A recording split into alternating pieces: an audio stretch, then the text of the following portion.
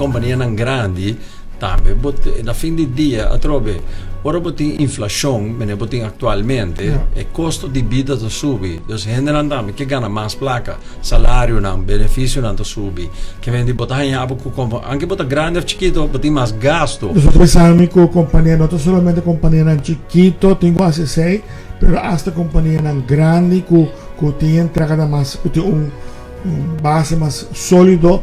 Também está na mesma estação as coisas. Me quer a diferença está em companhia grande por esse aumento de incremento mais chiquito, okay. Sobretudo em volume de business. Então, não comerciante chiquito, portanto, não tem volume, então ele está a subir o preço de que mais. Mas a realidade também está que na fim do dia, não por pôr preço que consumidor não também compra, socorro. Nós rubiano não está shopper on, nós rubiano está indo na roupa inteligente que está busca on, mas que agora está comprando no supermercado, timiano está comprando 3, 4 supermercado, pessoal, não sabe preciso na qual supermercado não é qual produto na melhor preço.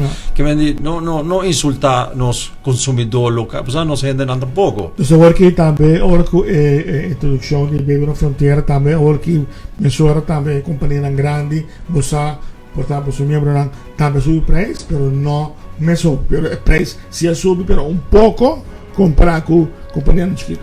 No, questo dipende.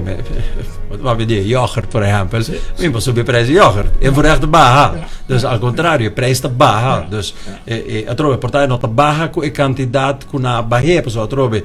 Nanta pape quando nanta baja, l'ubidade bisa ko subi baby o di 6%, ko te bira 2% eigenlijk orbo ko cumulatief. 7 se ka groothandel, dus 1% extra na groothandel, 1% extra na supermercado tot 2%, ba baja ko 6%, non sto parlando di 4%, dus reduzione tampoco nota 6%, nota 4% euro.